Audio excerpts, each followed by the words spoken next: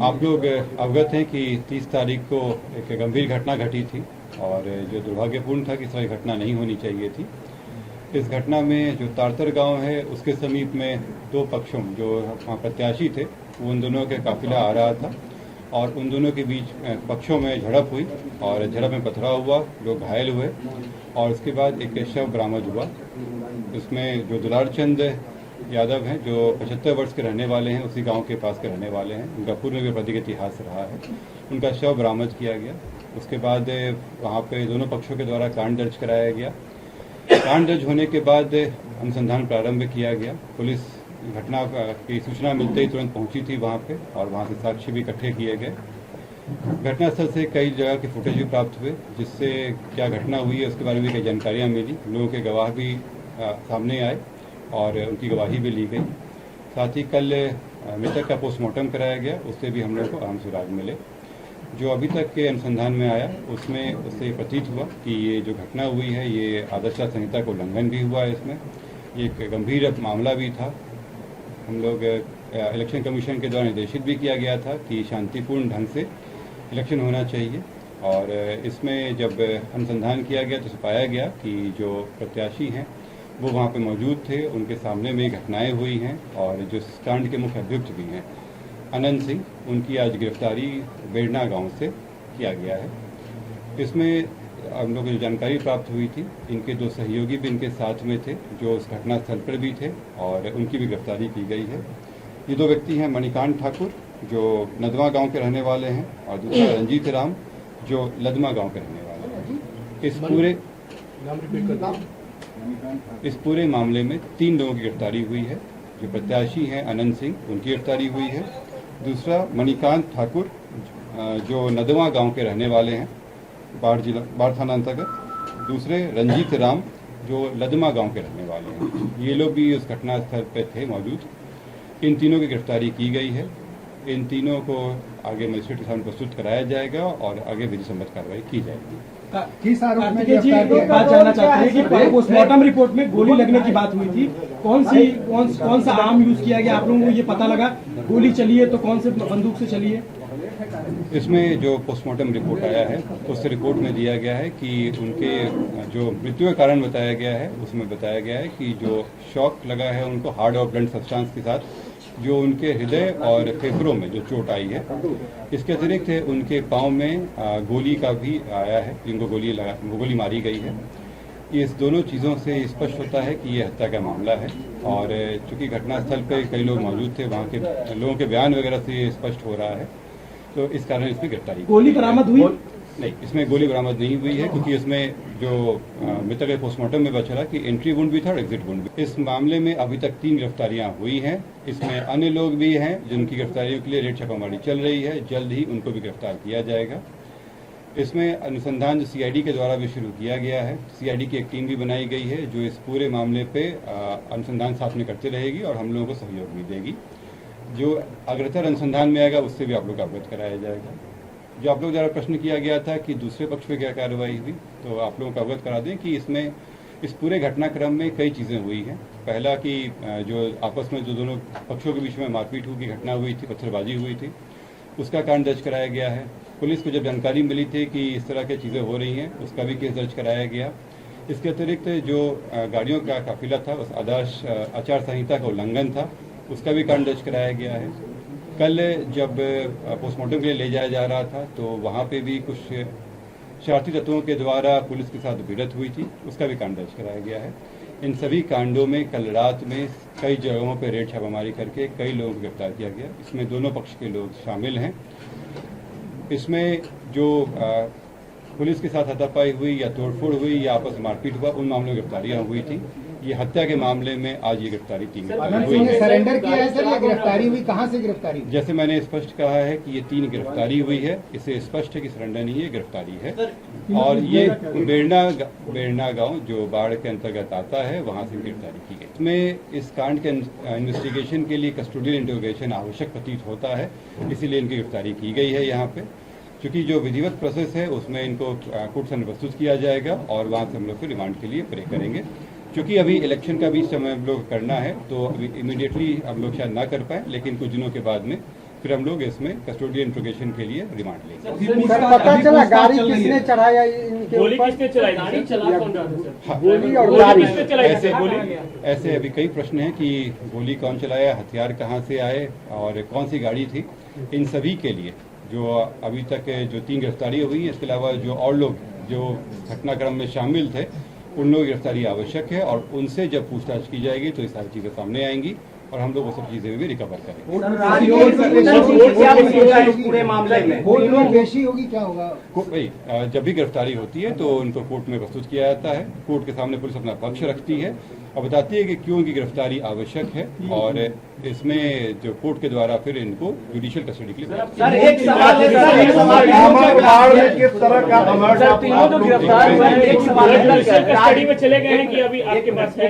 नहीं, जुडिशियल अभी हम लोग गिरफ्तार किए हैं, उनको कोर्ट सामने प्रस्तुत किया जाएगा, फिर कोर्ट डिसाइड करेगी जुडिशियल कस्टडी में। सर एक सवाल है सर, राजवीर करमवीर जो है छोटन सिंह है वही गाड़ी चला रहे थे, इस तरह की बातें सामने आ रही है।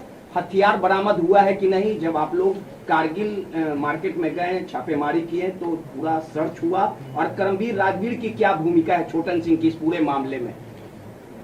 जैसे मैंने आप लोगों को कहा कि अभी 3 गिरफ्तारी हुई है, लेकिन ये अंत नहीं हुआ है, उसमें और लोग भी शामिल हैं। आप लोग भी वीडियो भी देखे होंगे, कई लोग वहाँ पे शामिल थे। इसमें अन्य जगहों पे भी रेड छापेमारी चल रही है। जैसा आपने कहा कि 2 लोगों का नाम लिया, उन लोगों पे भी रेड छापेमारी चल रही है। इसमें अभी अनुसंधान जारी है और उन लोगों की गिरफ्तारी की कोशिश की जा रही है। मुझे उम्मीद है कि जल्दी गिरफ्तारी की जाएगी, नहीं तो जल्दी गिरफ्तारी भी की जाएगी और विधि के अनुसार उसमें और भी तरीके हैं करने के। इन सभी चीज़ों करने के बाद इन सब का बीच में जब इंट्रोगेशन होगा तो सारी सच्चाई सामने आ जाएगी। इसमें जो आप लोग बता रहे थे कि क्या भूमिका है, तो मैं बता दूं कि पहला तो जो वहाँ पे लोगों के जो बयान वगैरह लिए गए थे, कांड दर्ज के जो कराया गया था, उसमें प्रमुख रूप से इन लोगों को अभियुक्त बनाया गया था। अनंत सिंह का नाम दिया गया था कि वो आए थे वहाँ पे, उन्हीं के जो काफिला चल रहा था वो उन्हीं के नेतृत्व में चल रहा था और इन सभी में इनके इसके कारण इसमें गिरफ्तारी आवश्यक है। पुलिस की जांच में क्या मिला? ये तो एफआईआर दर्ज हुई है। अनंत सिंह पर आरोप था, पुलिस की जांच में, शुरुआती जांच में क्या पाया गया? क्या अनंत सिंह की भूमिका इस हत्या में थी या नहीं?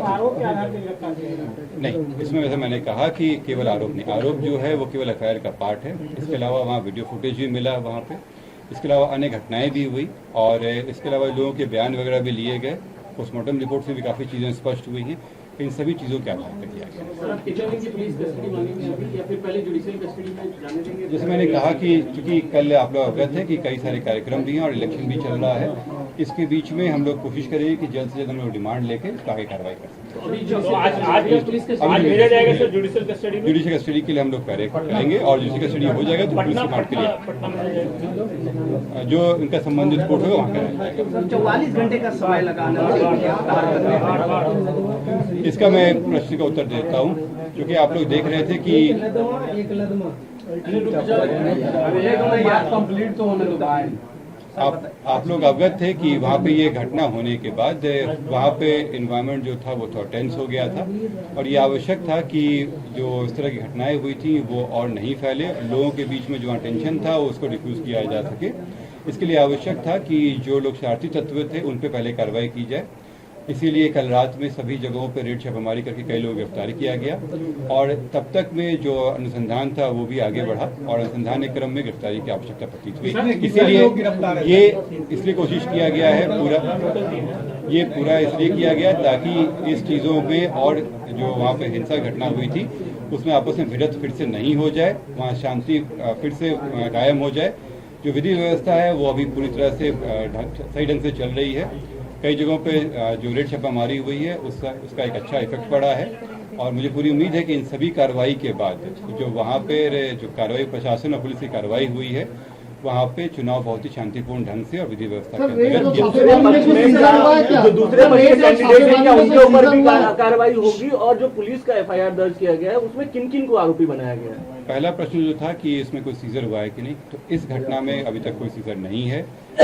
हम लोग जैसे मैंने बताया कि ये अनुसंधान अभी जारी है। इसके अलावा जो सीआईडी की टीम है वो भी अनुसंधान में है, उनका भी सहयोग हम लोग को प्राप्त होगा। अनुसंधान में कई चीज़ों का कार्य रहता है वो सारी चीज़ें कराई जा रही हैं। इसमें जल्द ही बाकी चीज़ों की सीजर कर लिया जाएगा। सर, क्या पीयूष प्रियदर्शी का भी नाम इसमें है? और प्रत्याशी वहाँ पे बताए जा रहे थे कि झड़प उनसे ही हुई। जैसे मैंने बताया कि आप लोगों को इसमें कई कांड दर्ज हुए हैं। दोनों प्रत्याशियों के पक्षों के द्वारा भी केस किया गया है, जिसमें एक दूसरे के ऊपर आरोप भी लगाए हैं। वो जो हत्या का मामला था उसमें इनकी गिरफ्तारी हुई है। जो दूसरे प्रत्याशी हैं उनका भी नाम अलग केस में आया है। अगर कोई एविडेंस वगैरह आएगा तो उन पर भी कार्रवाई की जाएगी। पुलिस उसका नाम है सर, पुलिस के FIR में। पुलिस जब FIR की थी तो उसमें जो जानकारी प्राप्त हुई थी उसकी वो कॉग्निजेबल ऑफेंस था, उसके तहत उसमें कांड दर्ज किया गया था। उस समय ये जानकारी नहीं थी कि कौन कौन व्यक्ति कौन कौन नहीं है। तो उसमें जब पहले कांड दर्ज किया गया, उसमें अज्ञात व्यक्तियों पर कांड दर्ज किया गया और जब वीडियो फुटेज के आधार पर पहचान करते हुए लोगों की गिरफ्तारी की गई है। सर, मोकामा हमेशा से हॉट सीट रही है, तो किस तरह से पुलिस प्रशासन की वहाँ मुस्तैदी थी? देखिए, हम लोग हर एक चुनाव को इस तरह से लेते हैं कि बड़ी शांतिपूर्ण ढंग से हो। किसी भी असेंबली कंस्टिट्यूंसी में जो इलेक्शन है बहुत ही शांतिपूर्ण ढंग से, जो कानून कहता है उसके तहत वो इलेक्शन हो और एक हमारी कोशिश रहती है कि उत्सव का माहौल रहे। इन सभी चीज़ों के लिए कई तरह के कार्य किए जाते हैं ताकि लोगों में कॉन्फिडेंस भी रहे। और ये आप लोग देख रहे होंगे कि पिछले कई दिनों से ये कार्य चल ही रहा था और उसी के तहत मोकामा पे भी हमारी विशेष नज़र थी और इसीलिए वहाँ पे ज़्यादा संख्या में CAPF पर डाला गया था। और मुझे अभी जो सारी कार्रवाई की गई है और अभी जो पुलिस कार्रवाई चलती रहेगी, इससे वहाँ पे शांति व्यवस्था बनी। सर, दोनों प्रत्याशी दर्जनों गाड़ी लेकर के घूम रहे थे, उसको लेकर के क्या कार्रवाई की गई? जैसे मैंने बताया कि वहाँ पे कई अब टीम बना के किया जा रहा है। आज चेकिंग वगैरह भी हुआ था, प्रत्याशियों की गाड़ियों को भी चेक किया जा रहा है। साथ ही मैं आप लोगों को अवगत भी करा दूं कि जो वहाँ पे सभी प्रत्याशी जो तीनों प्रत्याशी हैं तीनों पार्टी के, उनके साथ में जब भी वो प्रचार प्रसार के लिए निकलते हैं उनके साथ मजिस्ट्रेट, पुलिस बल और वीडियोग्राफी साथ में रखा जा रहा है ताकि उनकी गतिविधियों पर नज़र रखी जा सके।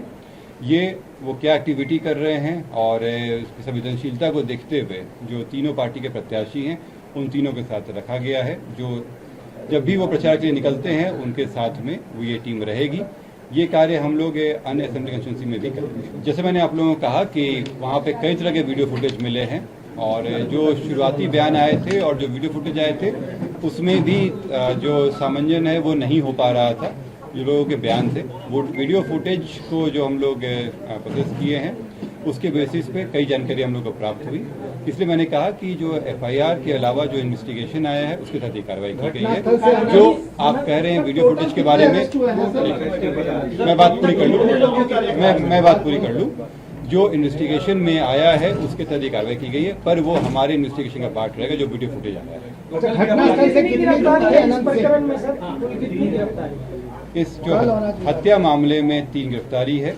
इसके अलावा जो अन्य जो घटनाएं हुई थी, इसमें मारपीट की घटना है, लोग घायल हुए थे, पुलिस से झड़प हुई थी, उसमें 80 के आसपास लोगों से पूछताछ करके गिरफ्तारी की जा रही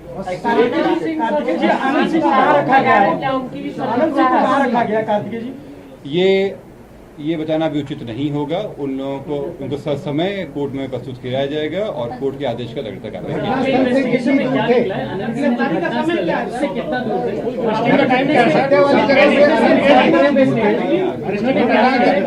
निकल गई। घटना स्थल पे आप लोग देखे होंगे कि घटना की शुरुआत जो हुई थी उस समय दोनों जो कैंडिडेट थे वो उनकी गाड़ियां एक दूसरे के आसपास आ गई थी और वहीं से घटनाक्रम शुरू हुआ था और इसी से ये जब पूरी घटना है वो शुरू हुई, जिसके अलग अलग पहलू रहे। अभी थोड़ी देर पहले उनकी गिरफ्तारी हुई है। हम लोग तय करीब आज 12 बजे मतलब आज के दिन आने के बाद